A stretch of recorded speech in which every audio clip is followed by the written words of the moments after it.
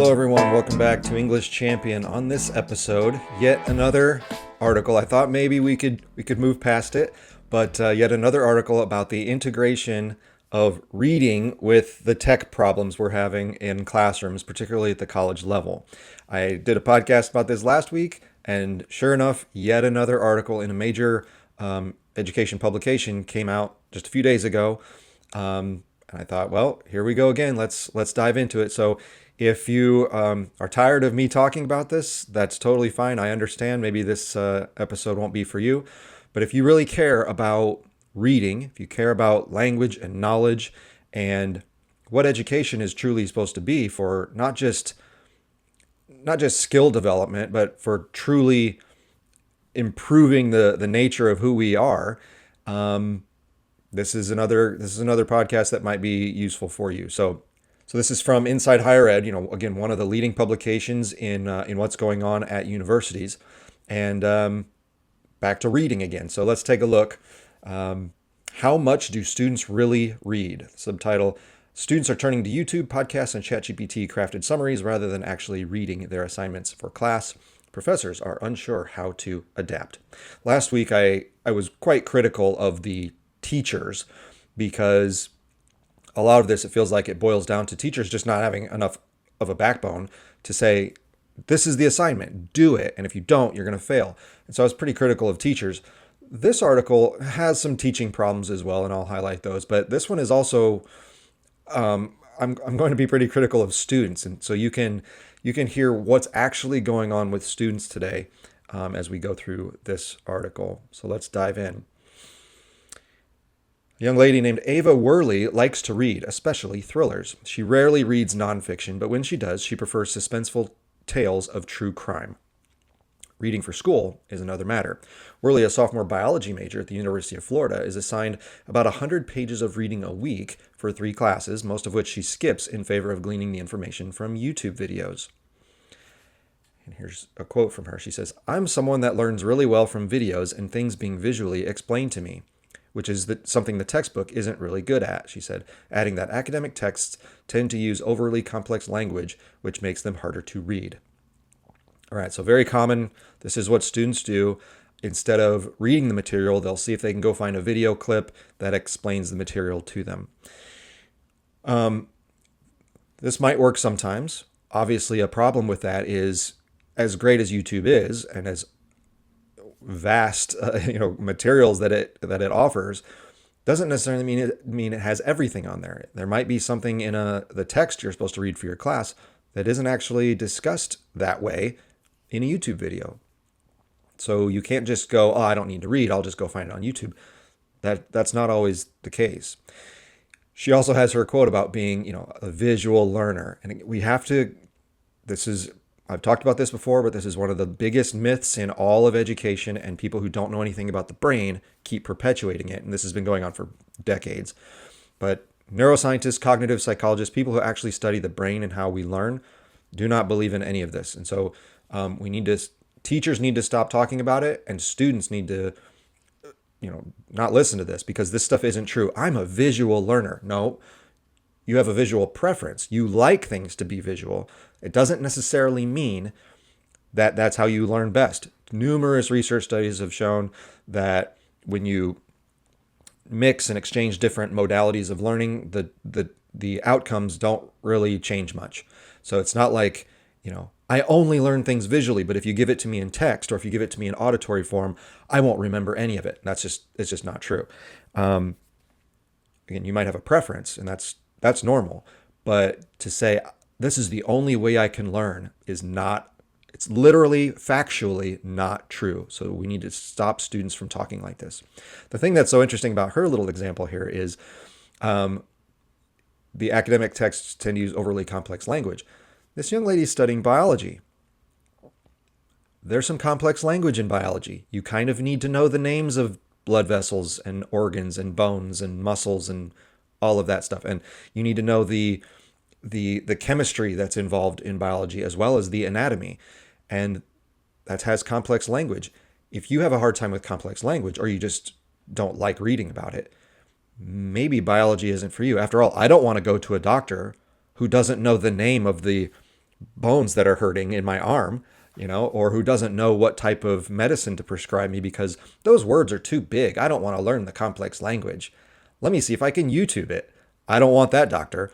So if you're somebody who struggles with the reading in that field because it's too complex or the vocabulary is too hard, you might not be cut out for that field. You're either not smart enough, or even if you are smart enough, you might just not like it. Because after all, people who want to learn and who enjoy their field actually like the reading part. They like the complex language. They like the difficult ideas. If you don't like doing it, that's a sign you might not actually like biology like you think you do. So you might want to switch to something else. Or again, maybe you're not smart enough. She's hardly the only student to shirk reading. In interviews with college students, only one, a freshman who said he is assigned only about 5 pages each week, told Inside Higher Ed that they typically complete their reading assignments. So again, in all these interviews, only one kid said, yeah, I actually do the reading, and he barely had to do any reading at all. Makes you kind of wonder what type of university he was at where they only read 5 pages a week. Some skim, some use artificial intelligence to create summaries, and some rely on old-fashioned human-written summaries, such as SparkNotes, to stay on top of the material. So yeah, this is what students are doing, and this isn't necessarily anything new, as I talked about last week. Students are always looking for shortcuts. That's pretty normal. But when it comes to the reading, it's as if they're not even trying. They automatically just, if they do it at all, they're just skimming, or they quickly have AI help them out, which is what we'll get to further here. Or, the old way of doing it with us old people was, checking SparkNotes. Now, these summaries, especially things like SparkNotes or even AI, maybe I'll even give it the benefit of the doubt, but there's a sequence here. What students are doing is they're just using those summaries in place of the reading. And that might give you the general overview or the major bullet points, but you're not getting the details of what an author's argument is or some important details of a literary text, whatever it is. So you're sort of just staying on the surface of that text and in acquiring that knowledge.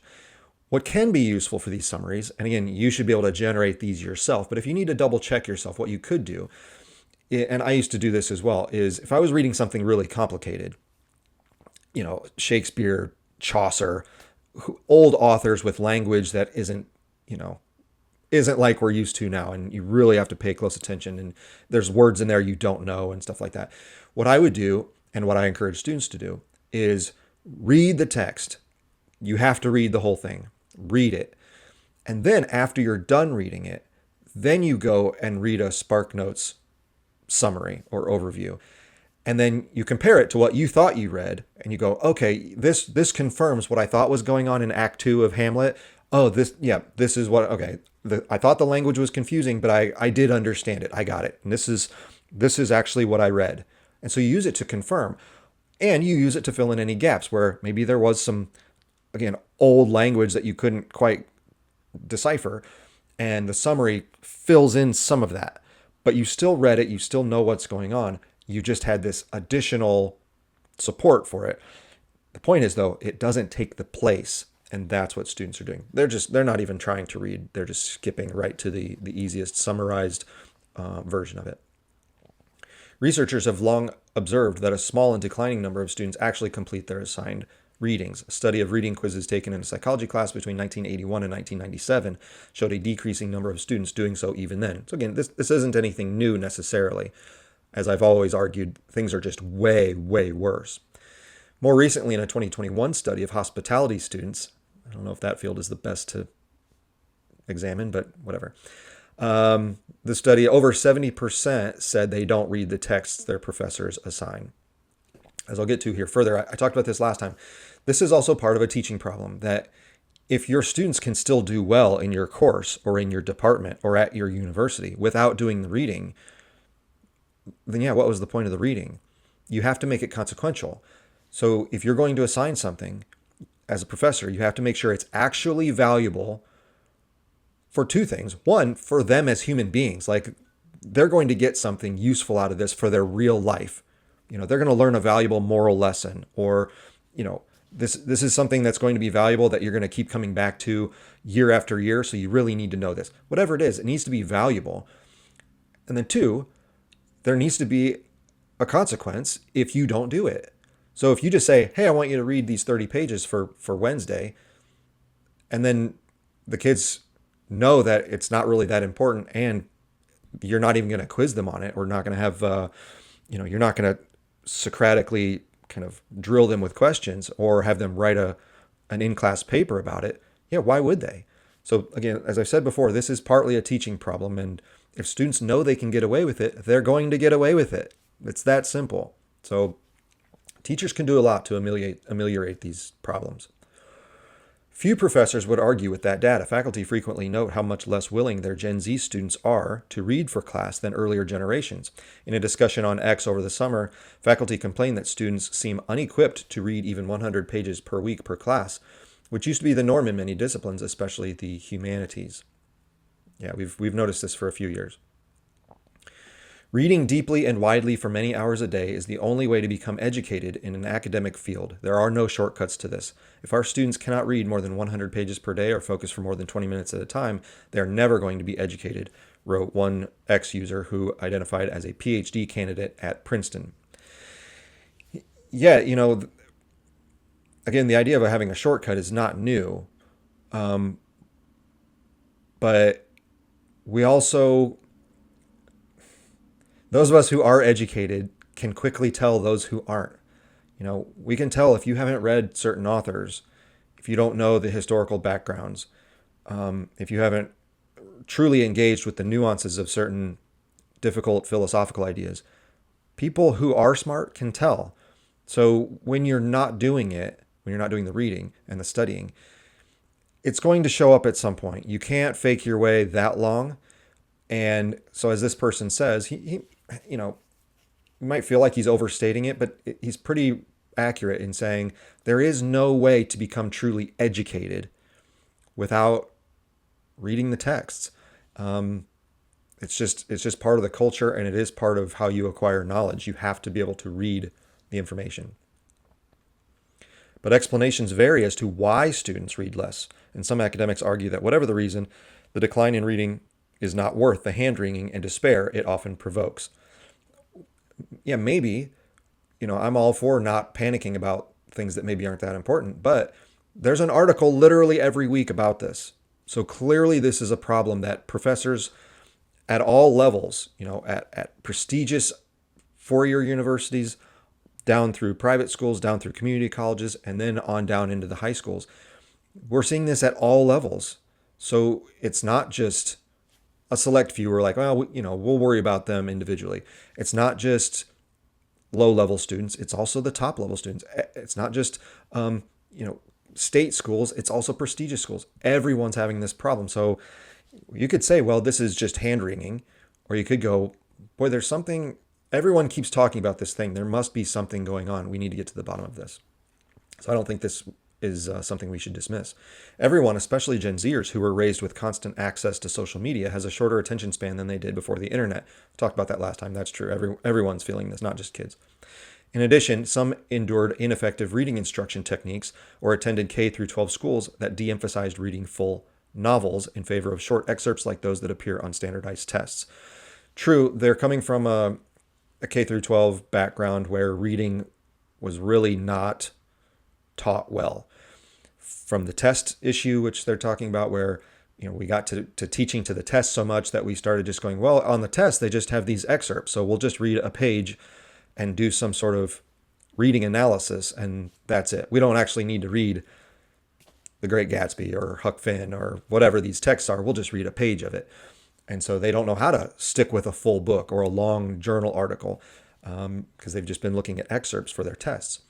And this is also true, the ineffective reading instruction, all the balanced literacy stuff that was really popular when I became a teacher back in the, I became a teacher in 2001. And that's what everyone was doing. And it ruined a lot of kids. And so that's accurate. These, not so much. Perhaps most significantly, many of today's college students spent their pivotal school years learning from home during the COVID-19 pandemic, which stifled academic growth. As I've said 1,000 times, nope, this happened before COVID. This is not something COVID started. COVID made it worse, but this has been going on for at least 10 years, not just since COVID. And also learning from home. How come homeschool students don't really have a problem with this? They're learning from home. So what's that about? So it's not just the home learning, it's a combination of all these factors. A large number of students also hold jobs and participate in extracurricular activities while in college, reducing their bandwidth, I hate that word, bandwidth, to do excessive amounts of homework. It's so funny to me that everyone thinks that Gen Z are the first generation to ever have a job while they're in school, or that they participate in extracurricular activities. Everyone has always done this.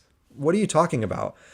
I was an athlete at the best small college basketball team in the country. You don't think that comes with some extracurricular stress when you're the number one team in the country? Yeah, there's a little bit of pressure on you outside the classroom.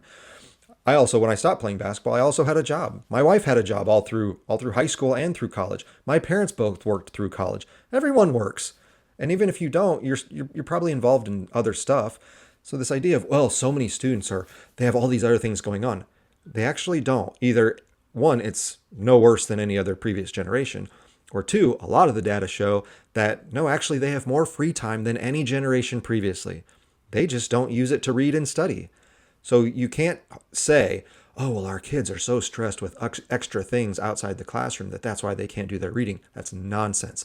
Stop perpetuating that myth. It's not true.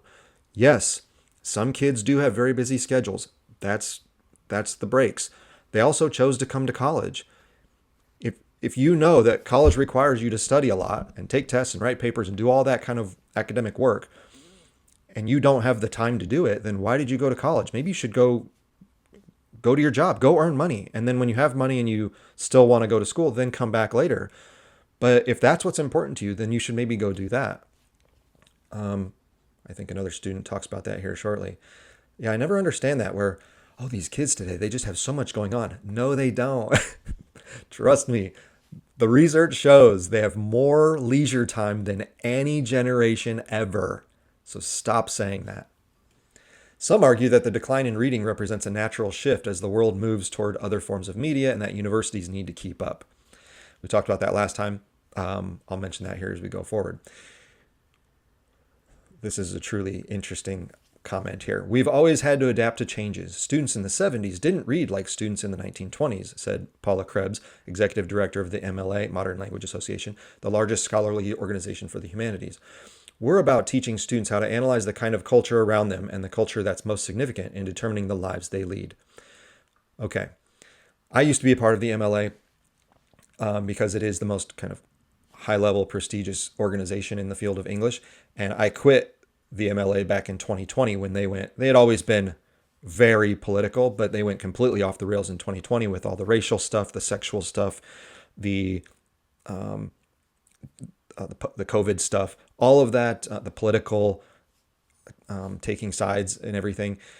I was like, I'm not being part of it. I'm not contributing money to this organization anymore. So I have very little respect for the MLA from some of the crazy ideas they have. And this is the craziness. This is why you can't trust so many of these high-ranking people in academia. She says, we're about teaching students how to analyze the kind of culture around them and the culture that's most significant in determining the lives they lead. The culture around them. By that logic, why in the world would you ever be an English professor? Because part of being an English professor is studying the works of the past, the canonical works that have stood the test of time, that have laid the foundation for civilization. And you kind of need to know where all that started and trace the timeline forward so that we understand where we are now. If you don't look in the past, you don't really understand who we are today. And so when she says, well, we need to analyze the culture around them now, that's insane. That's a horrible idea for anyone in the humanities. Obviously, history, English, philosophy, any of these, where you don't just study what's around you. How narrow and myopic is that? That, oh, I only care what happens today. That's insane. So this is what happens. These people who think they want to be trendy and popular and really be in touch with the trends of what kids are up to today. Yeah, they're the ones ruining our field. So this is part of the problem. The point of an education is to, again, know who we are and where we came from. It's not just to study what happened yesterday. That's ridiculous. She's going to have another ridiculous comment as we get further. So, yeah, why would you read The Great Gatsby that was written in the 20s? Why would you read anything from Charles Dickens or Shakespeare or whoever if all you care about is what's going on in the culture today? That makes no sense. Why be an English person? Why students don't read. College students themselves say they often choose not to complete their assigned readings because they're busy with other obligations. No, they aren't. Or they don't find the material particularly important. Again, that's the teaching side of it. This student says, I have a 20-hour-a-week job already, plus I run a student organization, so I need to be very selective with my time. If this reading isn't something that's absolutely necessary for me to get an A, then I either won't read it, or if it's interesting, I'll skim it, probably, said this student at University of Florida. So we're at this transactional nature of education, which I've talked about several times, where the student doesn't care about learning. The student doesn't care about developing himself as a person. The student says, whatever is the minimum I need to do to get an A so I can get out of here, I'll just do that. And he said, even if it's important, I'll just skim it, probably. So even if it's important for him, even if it's the major he chose in the courses he says he likes to learn about, at best, he says he'll skim it. And even then, it's like, maybe. He might not do it at all. And so again, this kid's complaining that, well, I have a 20-hour-a-week job. Well, so does everyone else. But what are you complaining about? This is what you do. If you need to pay for school, you probably need to have a job. And if your job is so important to you, maybe you should just go have the job and then come back to the schooling later. But yeah, the transactional nature of education is making all of this a lot worse. This kid's a history major and reads about 250 pages per week, but often uses artificial intelligence to lighten the load. Well, we already know he doesn't actually read 250 pages per week. Maybe that's what's assigned to him, but he already admitted that's not what he does. He runs the assigned readings through ChatGPT to generate summaries of the text. The technology has gotten so advanced, he said, that it can answer specific questions about the text or identify quotes he might need. Maybe, but we also know it's not accurate some of the time. So how does he even know that it's the right stuff to be learning? Then he says this, I love history. It's interesting to read about, but since I have so much responsibility with my job, I don't have the time to literally read every single word that gets assigned. Maybe you don't love history. If you don't actually like reading about it, it kind of means you don't love it. You know, that's sort of what that means. It's like if when I worked with athletes and, they're like, oh, I love basketball. It's like, well, how come you're never in the gym? Like, it doesn't look like you like it very much. So stop saying that you do. Because if you did, when I grew up, I loved basketball. I was at the gym all the time working on my game, trying to get better because I loved it. Well, you don't get to have it both ways. You don't get to say you love something, but then you completely avoid it. It's like saying, well, I really love my wife. I just don't ever want to talk to her. What? I don't ever want to have to listen to anything she says. Well, that means you don't love that person. That's what that means. So you need to go do something else maybe. And then it's interesting to read about. No, it's not. You said in your previous quote, if it is interesting, I'll skim it, probably. So I don't even know what you're talking about. This is what's going on in students' minds. They have a complete kind of lack of awareness of who they are as people, what they like, what they want to devote their time and mental energy to.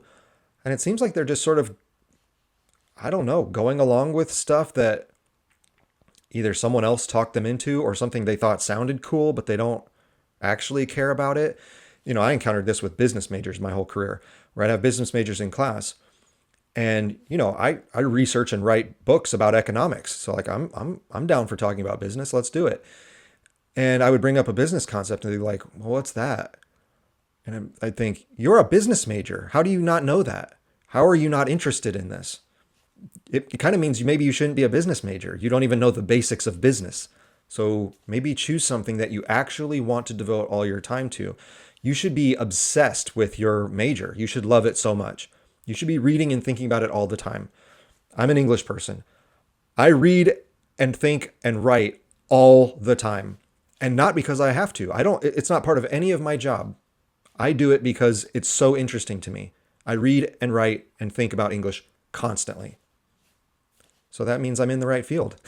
And education. These things, how do I teach better? What's going on in the culture? What can I do better? What are new techniques? I'm constantly reading and brainstorming and thinking about it and writing articles about it and doing research because I love it. If you aren't doing that, it means you don't love it. And so you probably should pick something else. And if you don't have anything you love, then you shouldn't be in school at all. Go do something you like doing, that you're passionate about and that you will care about investing all your energy into. Because if it's not here at college, you're wasting your time. And you're wasting everyone else's time too. This other student, a master's student at University of Maryland, has also said that AI has become a regular part of his schoolwork. He asks ChatGPT to make him flashcards and other study tools based on the readings he uploads, which he said is one of the most common ways his classmates utilize the technology. Flashcards? That's for a master's student? That seems a little elementary. I don't know about that, but whatever. He says, I think people definitely want to avoid any sort of academic dishonesty. No, they don't. Students don't care about academic dishonesty at all. They're all for it. If they can get away with it, they're going to do it. I think we're just using it in ways that can still give you an advantage and save you some time as well. Yeah, maybe, but the time saving might also not make you smart enough. So that's the cost. Occasionally, using AI as a study tool has backfired. Interesting, as both of those students have admitted. One student has taken a few exams that asked hyper-specific questions for which he was underprepared, given that he'd only studied summaries. Exactly. Think how important that is in the field of science, where everything is about the specifics. I mean, and all you're doing is skimming and just give me the main ideas. And in biology and in medicine, like everything is about the details. I mean, you're going to get yourself in big trouble. And again, I wouldn't want to go to a doctor who only studies the summaries of things. The other student said he's sometimes seen ChatGPT spit out incorrect information about the readings, prompting him to take extra steps to verify anything the chatbot teaches him. Okay, so think of the logic here. What you could do is just read and study it the first time. Instead, what these kids are so desperate to get out of doing the work, what they actually do is they ask ChatGPT, create a summary for this, and then they study that. And then they have to go verify all the information in the ChatGPT because, after all, you can't trust that it's actually accurate. So now you have to go through 2 steps. When if you'd have just read it the first time, you'd be done. So this is the logic. Kids are so desperate to not read and actually do the real work that they'll even do extra stuff and end up right back where they should have been in the first place. And then we wonder, then these kids go, oh, gosh, I just don't have very much time on my hands. Yeah, because you're doing twice as much work for half the benefit. Get smarter. Students also say they tend to avoid readings when the material feels redundant with what they learn in a lecture or when it doesn't come up in class at all. Again, that's a teaching problem. This other young lady, a fine arts major with a political science minor, said she generally tries to do all of her reading, which in her art courses tends to number fewer than 20 pages per class per week, but many of her peers in the major skip the reading assignments entirely, figuring they learn by and are graded on doing projects and creating art. Again, that's a teaching thing. Like, you need to be very clear of what this class is about. If this class is about doing projects in art, then yeah, maybe the readings don't actually matter that much. If the class is about taking tests or writing papers based on readings, then that's what the class should be about. So that just needs to be clear from a teaching standpoint. For me, she says, it really depends on the professor. If the professor has been doing their job for a long time and is really engaging and gets a lot of participation out of the class, I'm willing to do more than I'm required to, she said. So there's some truth in that yeah, when you have a good teacher, it makes things fun and easier. You're more inspired to get involved. But at the same time, what are you doing as a student? Just sitting around and waiting for a teacher to come along and inspire you? You signed up for the class. You signed up to be a major in that field. You signed up to go to that university. You make the decision to do the material, to do the reading, to engage with your classmates. You make the class more interesting. It's your life. It's your money. It's your education. So yes, the teacher plays a role in this, and the teacher does need to do a good job of making it enjoyable. But at the same time, if you happen to get a teacher, who's kind of a dry, boring lecturer, are you going to go, oh, they're boring. I'm not going to care about this class. I'm not going to do the readings anymore because they're not inspiring me. Well, that's not a good attitude. Your attitude should be, I'm going to do my best no matter what. I don't care who the teacher is. I'm here to learn no matter what. I'm going to do my best. Why are you waiting for other people to influence you like that? You make the choices. Only if they inspire me am I willing to do what I have to. Like, oh gosh, is that? I mean, you want to know how to not move up the ladder in your career? Have that attitude, where almost all the time when you go to work, you're gonna be like, this is a rough day. I don't care about that client. This project my boss is making me work on is really tedious and a waste of my time. You're going to have all that stuff your whole life. And if you always say, well, if I'm not inspired, then I'm just not going to do what I'm required to do. Well, yeah, get ready to get fired or at least not promoted, because the people who advance and make more money and get promoted are the ones who do all the stuff that no one wants to do. That's how they become the superstars of those companies. I moved up at my universities fairly quickly because I always did all the extra stuff, and my bosses recognized that.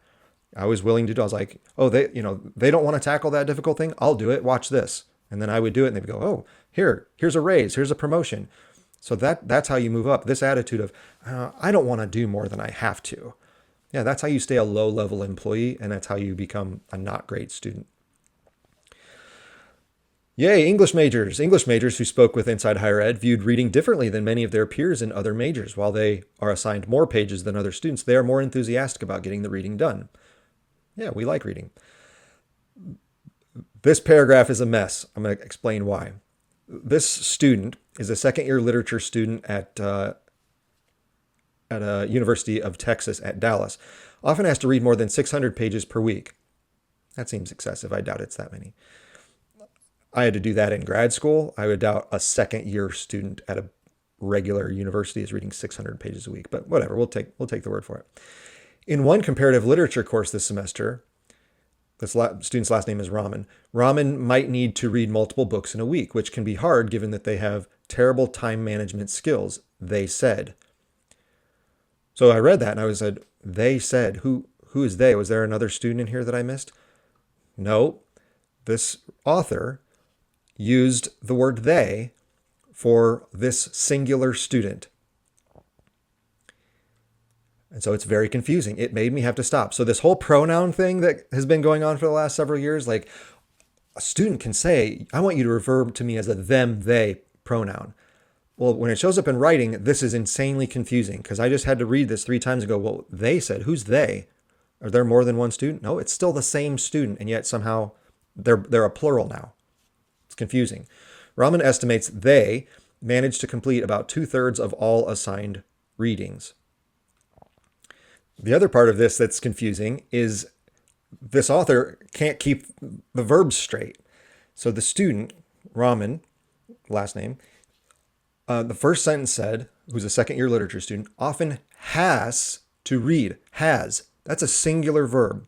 Has to read more than 600 pages per week. But then, next sentence, but reading multiple books in a week can be hard given that they have terrible time management skills. So the name is now linked to 2 different verbs because you're trying to keep all these pronouns straight. When the name is ambiguous. I can't tell if it's a male or female.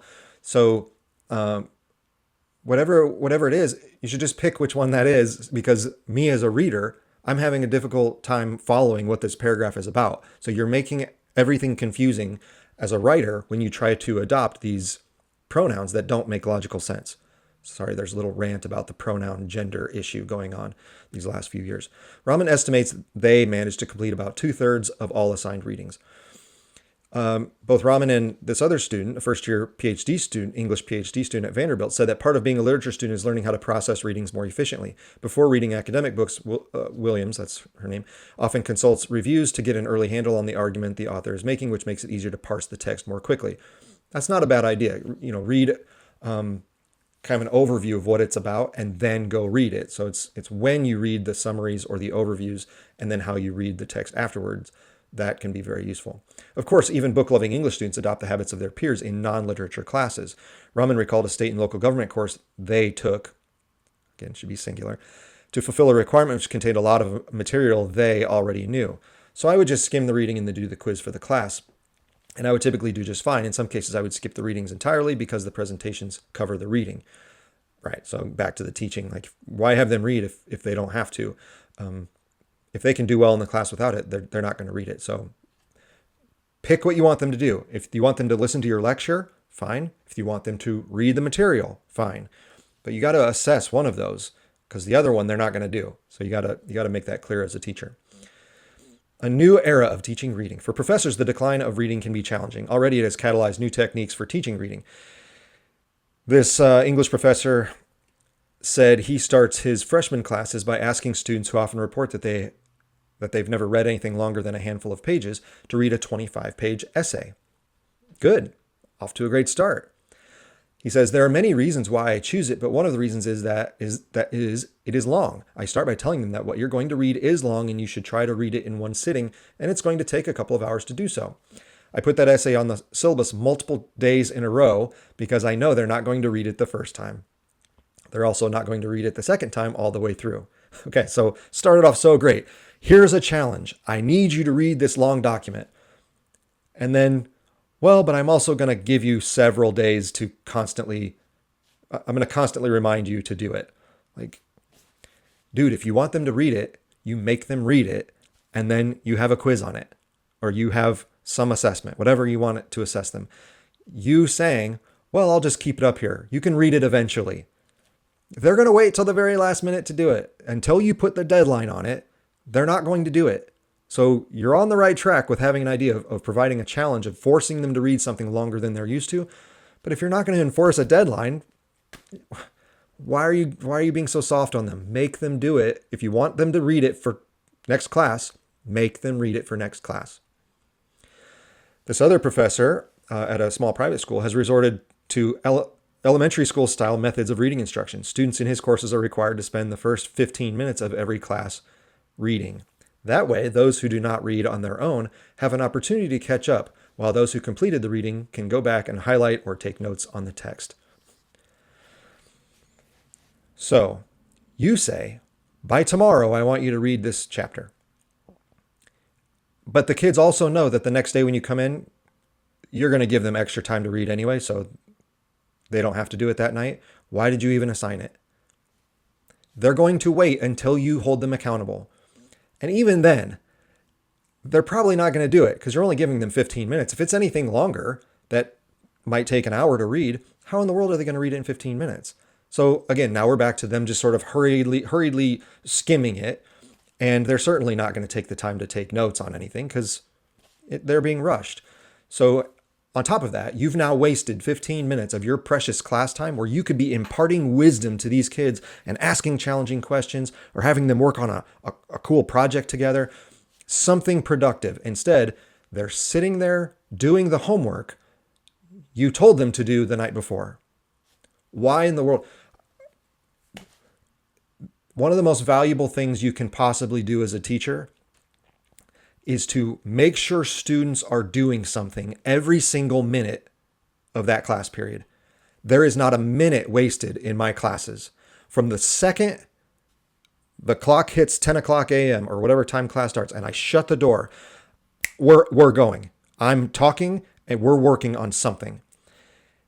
And then there's no lag time until that bell rings or until the hour is over. And then I dismiss them. We are doing stuff the whole time. Either you're listening to me, we're doing an activity together, where I'm coming around and meeting with each student. We're doing something constantly. It's never just sit here and work by yourself and read your previous night's homework for 15 minutes. That is a tremendous waste of time. And then we wonder why students aren't smart enough. Well, when you take 15 minutes of every class over the course of a whole semester, what would that be? If that's a half hour, if you meet twice a week and it's a half hour a week for 16 weeks, that's 8 hours. 8 hours of teaching, of wisdom you could have given these kids, gone, flushed down the toilet because you gave them this chance to do their work that they should have done the night before. Why are you wasting 8 hours of people's lives? What is 8 hours worth? Well, for students, 8 hours is worth several $100s of their tuition. 8 hours of employment is worth, at a minimum wage job, that's worth almost $100. Like 8 hours means something, even when it's chopped up into 15-minute segments. So why are you wasting 8 hours? That's a bad idea. If you want them to do the reading, make them do the reading. If you want them to do it for homework, make them do it for homework. And right when they come in the morning, that's what I do. Right when they come in, pull out a piece of paper, we're taking a quiz. So they had to do it the night before. That's how you teach reading and keeping up with the work. He also leads what he refers to as guided readings, in which he reads aloud to the class and helps them navigate the text with specific questions and prompts. Sometimes that's okay if you're trying to teach something very specific, but that's a very low level skill. That's stuff you should be doing at like elementary, junior high, and high school. If you're having to do that at college, I mean, again, you're kind of, and I can't imagine if I was a smart student. So if I were in this class, I would be like, what am I doing here? You are wasting all of my time. First of all, you gave everyone a chance who didn't do their homework to now do their homework in class. And so I read it. So now what? I just sit here for 15 minutes because I'm ready to go. I'm waiting on you. And so you're wasting my time. And now we're going to go back over it and you're going to read out loud to me like I'm 6 years old and take notes? I already took notes. I've done all this. I came to class prepared. I'm ready to learn whatever the next thing is. Let's go. So all the kids who are like that, it's a slap in their face and an insult to them. Why would we do that to our top students? It's just so much hand-holding to these kids. Why are we babying them so much when just give instructions and have them do it and hold them accountable? That's all you have to do. I don't mean elementary as a bad thing. I think it's the best thing we could be doing. Students are not reading as deeply on their own. They're just not doing it. If I can find a way to encourage reading in class while they're sitting there, that I think is the best way to go about doing it. Yeah, they're sitting there because you're not making them do anything. You could fix that. It's not hard. One researcher argues that today's students are not willing to read in general, but face specific barriers to reading texts for school. This person has studied BookTok, a huge community of young readers who discuss books on the short form video app TikTok. Members of Gen Z are still exceptionally enthusiastic about reading, she's found. No, they're not. But they're only interested in texts that resonate with them or are part of the cultural zeitgeist, like the viral fantasy romances of Sarah Moss or the controversial works of romance writer Colleen Hoover. Oh, so romance stories. Got it. Not Shakespeare, not Willa Cather, not Fitzgerald, not Dickens, not Chaucer, not Homer. Romance writers, fantasy romance.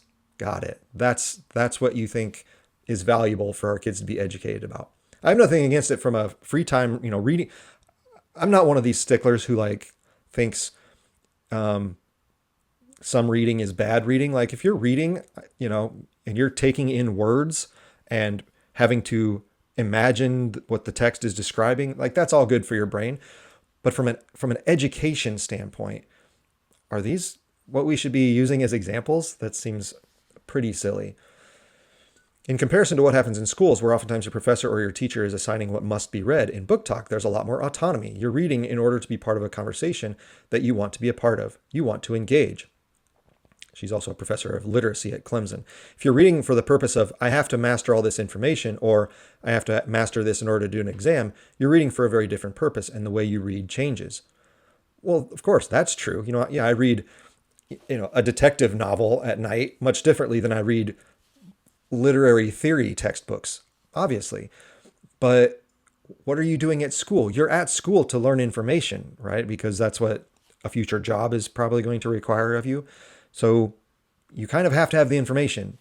So I don't know what her point is here. You can't just read things that are fun for you all the time. There's some things that just aren't that fun, but you need to find a way to make them fun because it's part of what your future is going to be about. So what can professors do to bring even an iota of BookTok's excitement into the classroom? It might involve introducing students to the text in a more accessible way, such as through audiobooks or text-to-voice software. No, that's a bad idea. Again, I have nothing against that, but they're really not good for learning. The text in front of you is the best way that your brain will actually remember the information. So I don't think that's a good idea. It might require more guidance on the reading conventions of each discipline, highlighting the difference between how one reads a novel compared to, say, a scholarly article about chemistry. That's true. Teachers can teach that. Or it might mean moving away from books altogether to focus more broadly on teaching critical thinking skills. No, you can't teach critical thinking skills. You can't just magically teach a critical thinking skill. Critical thinking is rooted in knowledge. Knowledge is rooted in information that usually comes from books. All right. Again, you can get information a variety of ways, but in a school environment, it tends to come from texts because most of the most important things that have ever been accomplished in our culture are in text form. So you don't just magically teach, today we're going to work on critical thinking. No, that's not how it works. You have to know stuff to then be able to extend it to the upper levels of Bloom's taxonomy where critical thinking emerges. You don't just teach critical thinking. This happens at the lower levels too, where teachers think we're going to be really good at critical thinking and the kids don't know anything. Well, that means they also aren't critically thinking. They might be going through the motions of trying to do application or evaluation or, the various levels. But if you don't know anything about it because you haven't read the material, you don't have any foundational knowledge, you're barely at the first level of Bloom's taxonomy, much less climbing up to the other critical thinking skills. You cannot teach critical thinking skills without the background knowledge. Can't be done. So I've explained this 1,000 times before. Please go back and listen to my other podcasts about that. I have specifically a podcast about critical thinking from a year or two ago. Go watch that. So yeah, all these accommodations, it's like, just read it. You'd be so much smarter if you just read it. Last paragraph, every self-respecting language or literature department is incorporating new media into what it teaches and helping students to understand how to have a critical perspective on it, the way we've always helped students understand how to have a critical perspective on the 19th century novel, said Krebs, back to her from the Modern Language Association. Yeah, I understand that, and I'm not against incorporating some media into a class where reading is still the primary modality. The problem is, are all of these classes truly also reading the works of Marshall McLuhan, Neil Postman, more modern stuff or the more contemporary stuff like Nicholas Carr, who actually discuss the critical perspectives of new media? Because if you're not doing that, then you're not doing this anyway. You can say you're incorporating this critical perspective, but if students aren't reading the texts by those authors who have explained how to do a critical perspective, you're kind of back to where you started. So I understand what the point she's making, but are teachers actually doing that? Probably not. They're just shortcutting it to go, well, the kids don't like reading, so let's do a different form of media instead. It's like, yeah, but you're not teaching them anything. That's the problem. She ends with this. Books are still selling. People are still reading. True, there are more books published now than ever, despite the drop in the culture in reading, which is kind of a weird dichotomy. I think we can't persuade students to read what we want to teach them. We have to teach what students want to read. It's about teaching skills and values and perspectives, not simply content. Oh my, you could not be more wrong than that sentence. Okay, that's fitting that that's the conclusion because that's the worst thing you could possibly say. So we better just end on that. Again, you don't teach skills. Okay, you don't teach critical thinking. You don't teach literacy skills. You teach content. And then you develop the skills once you know some content, because the content is the material you work with to work on the skills. You can't teach skills unless you have the foundation first. And the fact that a person in the field of English would ever say what she just said, we can't persuade students to read what we want to teach them. Why are you a teacher? Why in the world would you ever go into teaching if you thought, well, I can't actually teach these kids what's important, so I don't know what I'm doing here. Why would you ever think that way? The whole point of being a professor, especially in a field of English, is that you say there are certain texts and certain authors from across time, from ancient history up to today, that are really valuable for the cultural underpinnings and values that we have built our society on, our Western civilization on, let's say. And we need to really understand all of these from the past so we can understand who we became and who we are today. And we can compare ourselves to the past and get a better sense of who we are as human beings. We have to study all of this. That's what a teacher does. If you go into the field of English, that's your mentality. And yet she says in print, we can't persuade students to read what we want to teach them. That is the craziest thing I've ever. There's no reason for you to become a teacher then. There's no reason to value anything about our culture if we can't teach them. The whole point of being a PhD in a field is that you have an expertise that you believe should be shared with the culture. You think it's so important. You devoted your whole scholarly life to it that you believe it should be shared.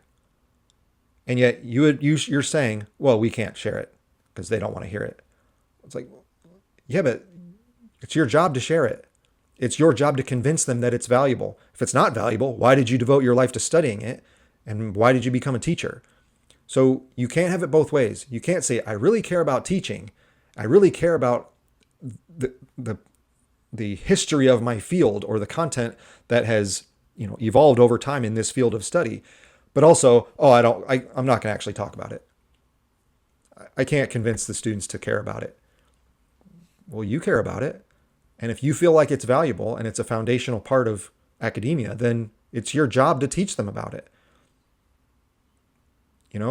If I spend my time reading The Great Gatsby because I think it's really important, and I've done research on it and I've given lectures on it and whatever I've done with it for my scholarly pursuits, and I think it's so valuable to American culture that I need to teach my students about it, well, then you teach your students about it. You make them read the book with you. You can't go, I think it's really important, but the kids aren't going to read it, so I'm not going to teach it. Like, that doesn't make any sense. So this is where we are, all right? It's, as I've said over and over, it's a combination of a student problem and a teaching problem and just the culture of what the university has become. It's all of it. But the students are going to get away with whatever they can get away with. And if you're not going to hold them accountable, they won't do it. And if by the end, we basically just give in and go, well, I guess all the things that I've spent my entire career studying aren't really that valuable anyway, so I just won't teach them to the students, then you've wasted all those years. Why in the world would you have done that? It makes no sense. So teachers need to be a bit more responsible in how they're viewing this problem. I think too many teachers are, this might sound harsh, but just giving up. They're like, oh, we can't win this battle. I can't make them read. I can't make them care about Ernest Hemingway. So whatever. Let's read fantasy romance novels on our iPads. Like, what? Why in the world, again, why would you even go into the field of education if you thought that way? The point of education is to teach kids about the culture, where we came from, who we are as a people. And if you can't do that, why did you go into education? So, yet another article about reading. That one also incorporated a bit of AI, so double the content there. But these articles keep coming out, and as long as they keep making this argument about trying to trim standards and to provide accommodations and to not even value the field that you have devoted your career to, I'm going to keep speaking up about it, and hopefully we can try to turn this thing around at some point. But I will always require my students to do the readings. I will always carefully select reading material that I know will be valuable for them in some way, that I know will shape their worldview, that will shape their character, that will shape their understanding of the past and their beliefs towards the future. I will always choose reading material that is practical and beautiful in some way, so that students recognize that this is something special and that the professor has chosen it for a reason. And Dr. Spivey doesn't just pick things that are random to make us do homework. I flat out tell students on day one, I do not just assign busy work. Everything I do, from a reading assignment to a writing assignment to a little quiz to whatever project we're working on, every single thing has a purpose that is just of not only academic value, but social value, cultural value. Everything is important. Nothing is just a throwaway task. Certainly not our readings. I've specifically chosen these for you. So you need to read them. And if teachers aren't making that case, then yeah, the students aren't going to read, and your authority as a scholar gets thrown out the window because the students go, Well, you don't even care about it, so why should I care about it? And that's where we are. So we've got to fix that. And, like most things, it starts at the top, but by the time they get to college, students need to be more responsible. So if you're a college student out there, you're a student at any level, take on the responsibility. Choose what you want to do. If you're making a choice to be in a class, do the work. You chose it, so might as well do it and become as smart as you can from it. That would be great. All right, that's it for today. Thanks for listening. See you next time.